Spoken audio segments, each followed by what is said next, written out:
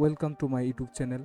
আপনি যদি আমাদের চ্যানেলে নতুন হয়ে থাকেন অবশ্যই চ্যানেলটি সাবস্ক্রাইব করে রাখুন এবং বেল আইকন অন করে রাখুন। ভিডিওটা যদি ভালো লাগে অবশ্যই লাইক কমেন্ট শেয়ার করে দিন। আপনি যদি একদম নতুন হন এবং ফরের সম্পর্কে কিছুই না জানেন তাহলে এই প্লেলিস্টটি আপনার জন্য। এই কোর্সে আমি আপনাদেরকে জিরো থেকে শুরু করে অ্যাডভান্স ট্রেডিং পর্যন্ত সব কিছু স্টেপ বাই স্টেপ শেখাবো। আজকে ফরেক্স বিগিনার কোর্সের ক্লাস নাম্বার 1। সো নেক্সট ক্লাসগুলো পাওয়ার জন্য অবশ্যই আমাদের চ্যানেলটি সাবস্ক্রাইব করে রাখুন। তো চলুন এই আজকের ক্লাসে আমরা কি কি শিখবো সেটি আমরা দেখে নেই। আজকে আমরা শিখবো হচ্ছে ফরেক্স ফরেক্স কি শিখবো, তারপরে পিপস কি, লট সাইজ কি, ফরেক্স সেশন কি, তারপর ব্রোকার কিভাবে নির্বাচন করতে হয়, সব কিছু স্টেপ বাই স্টেপ শিখবো, তাই ভিডিওটি লাস্ট অবধি দেখুন। প্রথমে আসি ফরেক্স কি। এক দেশের মুদ্রার সাথে অন্য দেশের মুদ্রার কেনা বেচা করার বাজারকেই ফরেক্স মার্কেট বলা হয়। সাপোজ ধরুন আমাদের দেশের কারেন্সি কি বিডিটি, তাই না? আমাদের দেশের টাকা দিয়ে সব কিছু কিনা হয় আমাদের দেশে। যেমন আপনি চাল ডাল যা কিছু আপনি সব কিছু আপনি টাকা দিয়ে কিনতে পারবেন বাংলাদেশে। কিন্তু আপনি ধরেন কোনো কাজের ক্ষেত্রে আমেরিকায় গেলেন, তো আমেরিকায় যাই আপনি কি এই টাকা দিয়ে আপনি আপনার যে জিনিসগুলো কেনার দরকার ওইটা কি আপনি কিনতে পারবেন? কখনোই না। তো আপনাকে করতে হবে কি বিডিটি দিয়ে আপনাকে ডলার কিনতে হবে। যে এই যে আপনি বিডিটি দিয়ে যে ডলার কিনলেন, এই যে এক্সচেঞ্জ করলেন, এটাই হচ্ছে ফরেক্স মার্কেট। আরেকটু উদাহরণ দেওয়া যাক, যে সাপোজ যে আমরা ট্রেড করে কিভাবে প্রফিট করব। সাপোজ ধরেন আপনি $1 কিনলেন 125 টাকা দিয়ে, 25 টাকা করে। তা আপনি কিনলেন কত? $100। তাহলে আপনার বাংলা টাকা কত গেল? আপনার 12,500 টাকা গেল।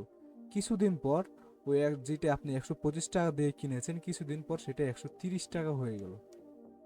কিছুদিন পর ওইটা 130 টাকা হয়ে গেল। তাহলে আপনার লাভ কত আসলো? এই যে 130 টাকা গেল তখন আপনার 13,000 টাকা হয়ে গেল, তাই না? তখন ওই যে $100 যে কিনছিলেন তখন আপনার হয়ে গেল কি 13,000 টাকা। এই যে আপনার যে 500 টাকা প্রফিট হলো, যে এক এক কারেন্সি দিয়ে অন্য কারেন্সি কিনেছেন, যে আপনার যে 500 টাকা প্রফিট আসলো, এটাই এই যে ফ্ল্যাকচুয়েশনের মাধ্যমে আমরা প্রফিট করি। ঠিক আছে, যে এটা একটা কারেন্সি কিনলেন, যে ধরেন আপনি বাংলাদেশি টাকা দিয়ে আপনি ইউএসডিটি ডলার কিনলেন, সেটা কিছুদিন পর সেটা 125 টাকা থেকে 30 টাকা হলো, তখন আপনি প্রফিট করলেন। সেম সিস্টেম, একটা কারেন্সি দিয়ে একটা কারেন্সি কিনলেন, যেমন ইউরো ইউএসডিটি দিয়ে ইউরো দিয়ে ইউএসডিটি কিনলেন, ইউএসডিটির দাম বাড়লো তখন ইউরো দিয়ে সেল দিয়ে দিলেন, জিবিপি দিয়ে ইউএসডিটি কিনলেন, ইউএসডিটি দিয়ে যে জাপানি ইয়েন কিনলেন, এইভাবেই আর কি প্রফিট হয়। দ্বিতীয়ত আসি পিপস। পিপস কি? লাভ বা লস কিভাবে হিসাব হয়, এর জন্য ফরেক্সে একটি শব্দ ব্যবহার করা হয়, এর নাম হচ্ছে পিপস।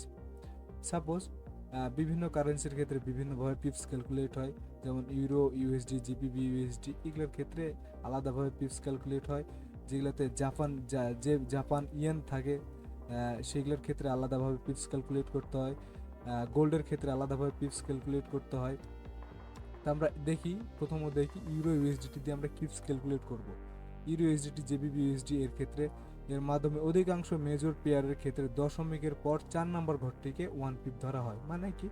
এই যে এটা হচ্ছে কি দশমিকের ঘর 1 2 3 4, এই যে জিরো, এটা হচ্ছে পিপস।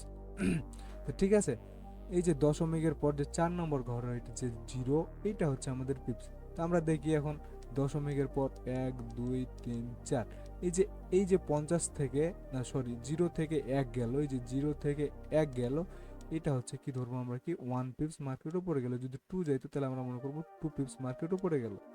এখন আমরা দেখবো যে জাপানি কারেন্সির সঙ্গে জাপানি ইয়েন থাকে ওইগুলোর ক্ষেত্রে আমরা কিভাবে পিপস ক্যালকুলেট করব। দশমিকের পর যে 2 নম্বর ঘরটি থাকবে ওইটাই আমরা পিপস ধরবো। ঠিক আছে, যেসব পেয়ারের সাথে জাপানি ইয়েন বা যুক্ত থাকে, ইউএসডিটি জেপিওয়াই, ইউরো জেপিওয়াই, এগুলোর ক্ষেত্রে পিপস দশমিকের পর 2 নম্বর ঘরটিকে আমরা পিপ ধরবো। ঠিক আছে, যেমন ইউএসডিটি জেপিওয়াই এর প্রাইস ধরেন এইটা হচ্ছে দশমিক, তাই না? তাহলে দশমিকের পর যে 20, এটা 2 নম্বর ঘর। তাহলে এই যে জিরোটা, এটা আমরা ধরবো কি পিপসের ঘর। তাহলে এই যে জিরো থেকে দশমিকের পর যে এই যে 1 মুভ করেছে, এটাকে আমরা বলবো কি 1 পিপস মার্কেট উপরে গেছে। 2 পিপস যদি যাইতো 2 যেত তাহলে আমরা মনে করবো 2 পিপস মার্কেট উপরে গেছে। এখন আমরা গোল্ডের ক্ষেত্রে কিভাবে পিপস ক্যালকুলেট করবো সেটা দেখি। গোল্ডের ক্ষেত্রে দশমিকের পরে পিপস ধরা হয়, মানে দশমিকের পর যে ঘর সংখ্যা থাকবে ওটাই আমরা কি পিপস ধরবো। এখন ধরে এই যেটা আমাদের দশমিক এটা আমাদের দশমিক, এখানে কি 10 আছে, এটা 10টা কি পুরোটাই আমাদের পিপস। 10 থেকে এখন 20 গেছে, এই যে 10 থেকে যখন পিপস গেছে তখন আমরা বলবো কি 1 পিপস মার্কেট উপরে গেছে। যদি 30 যায় তো মনে করবো 2 পিপস মার্কেট উপরে গেছে। ঠিক আছে, এখানে আমি ভালো করে ক্লিয়ার করে দিয়ে রাখছি, দেখেন যদি 10 সেন্ট মুভ করে তাহলে 1 পিপ ধরবো আমরা। 10 সেন্ট যদি মুভ করে মার্কেট তাহলে আমরা মনে করবো 1 পিপ মার্কেট উপরে গেছে। যদি $1 মুভ করে তাহলে আমরা মনে করবো 10 পিপস উপরে গেছে। আবার যদি $10 মুভ করে তাহলে আমরা বলবো যে 100 পিপস মার্কেট উপরে গেছে। যদি 10 সেন্ট মার্কেট উপরে 10 সেন্ট যদি মার্কেট আপ যায় তাহলে আমরা মনে করবো কি 1 পিপ মার্কেট উপরে গেছে। যদি $1 মুভ করে তাহলে আমরা মনে করবো কি 10 পিপস উপরে গেছে। যদি $10 মুভ করে তাহলে আমরা মনে করবো কি 100 পিপস মার্কেট উপরে গেছে। ক্লিয়ার? ঠিক আছে, এখন আসি লট সাইজ। লট সাইজটা আপনি কতটুকু পরিমাণে ট্রেড কিনছেন বা বেচছেন তার পরিমাণই হলো লট সাইজ। একটা বাস্তব উদাহরণ দিয়ে বিষয়টি বোঝা যাক। ধরুন আপনি পাইকারি বাজারে ডিম কিনতে গেলেন, সেখানে কিন্তু আপনি একটা বা দুইটা ডিম আলাদাভাবে কিনতে পারবেন না। সেখানে আপনার থাকবে কি প্যাকেজিং সিস্টেম, এটা একটা প্যাকেজ, ওইটা একটা প্যাকেজ, প্যাকেজিং সিস্টেম আপনার কিনতে হবে। সেম সিস্টেম ফরেক্স মার্কেটেও একটা প্যাকেজিং আছে, সেটার নাম কি? এটা হচ্ছে একটা মাইক্রো লট, মিনি লট, স্ট্যান্ডার্ড লট, মানে আপনাকে প্যাকেজিং সিস্টেমে কিনতে হবে।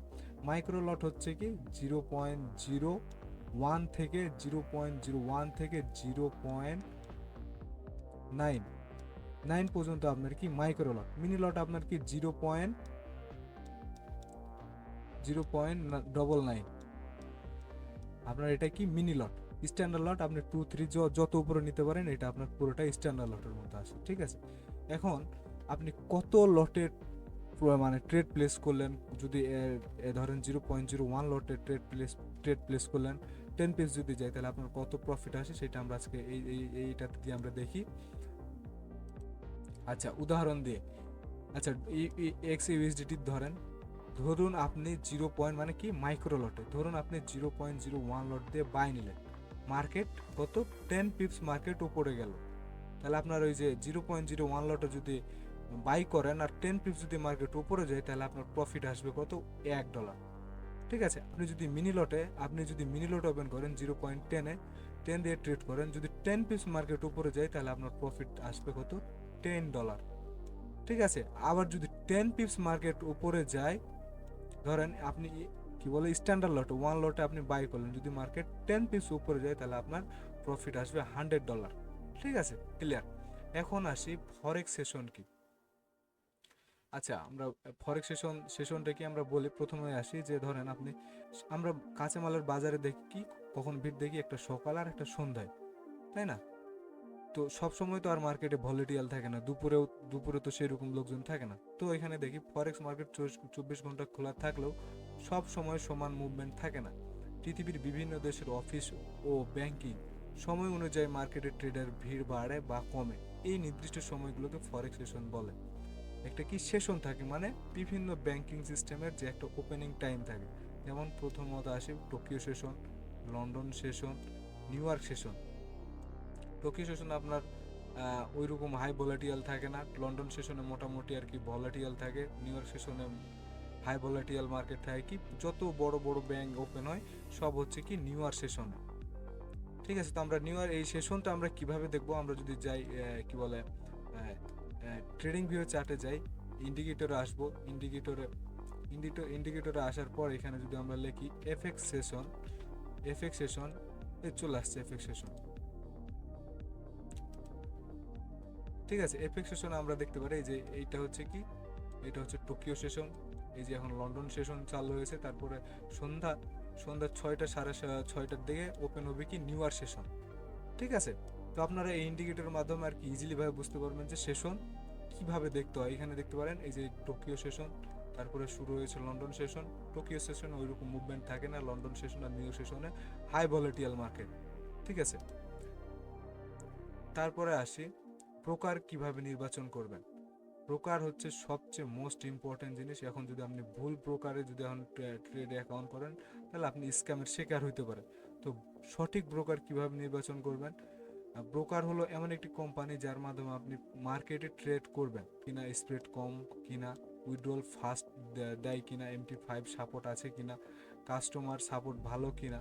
ঠিক আছে, তো এদিক দিয়ে সবচেয়ে বেস্ট হচ্ছে কি এক্সএনএক্স ফাস্ট উইথড্রল দেয়, MT5 সাপোর্ট তারপরে স্প্রেড কম, কাস্টমার সাপোর্ট ভালো। ঠিক আছে, তো আপনারা যারা এক্সএনএক্স অ্যাকাউন্ট করতে চান, আমি বাই লিঙ্কে আমার এক্সএনএক্স এর যারা এক্সএনএক্স অ্যাকাউন্ট করতে চান, আমার বাই লিঙ্কে এক্সএনএক্স এর আমি লিঙ্ক দিয়ে রাখবো, ওইখান থেকে আপনারা অ্যাকাউন্ট ক্রিয়েট করতে পারবেন। সো ভালো থাকুন, দেখা হচ্ছে নেক্সট ক্লাসে।